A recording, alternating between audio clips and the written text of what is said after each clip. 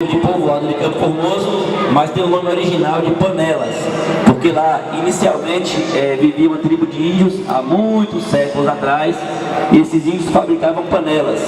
Então depois que o homem branco veio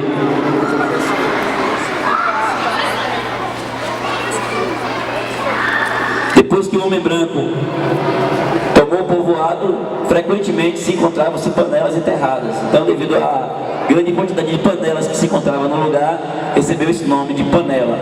E a quadrilha começou lá, mas com o passar dos anos fomos tendo assim mais componentes de conquista.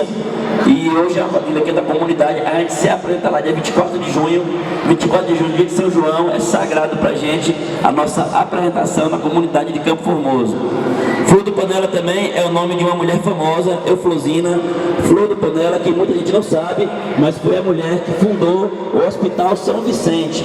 Muita gente não sabe disso, mas foi a Euflosina que pediu a um dos ferrais aí, que era amante dela na época, e o cara investiu dinheiro para construir o Hospital São Vicente, para poder agradar ela, que era amante dele, e foi uma negra da comunidade de Campo Formoso. E o nome dela era Flor do Panela. Então, em homenagem a ela, o nome da quadrilha é Flor do Panela. O ano passado nós apresentamos a quadrilha falando sobre o cangaço.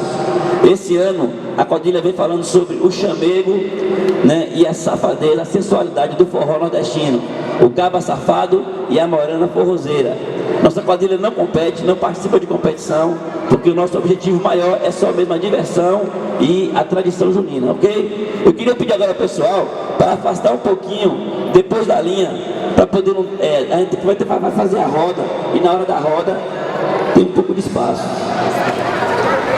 Se for possível, o pessoal fica na área verde, eu agradeço, beleza? Porque na hora da roda abre um pouquinho, ok? Bem, pessoal, agora sem muita conversa,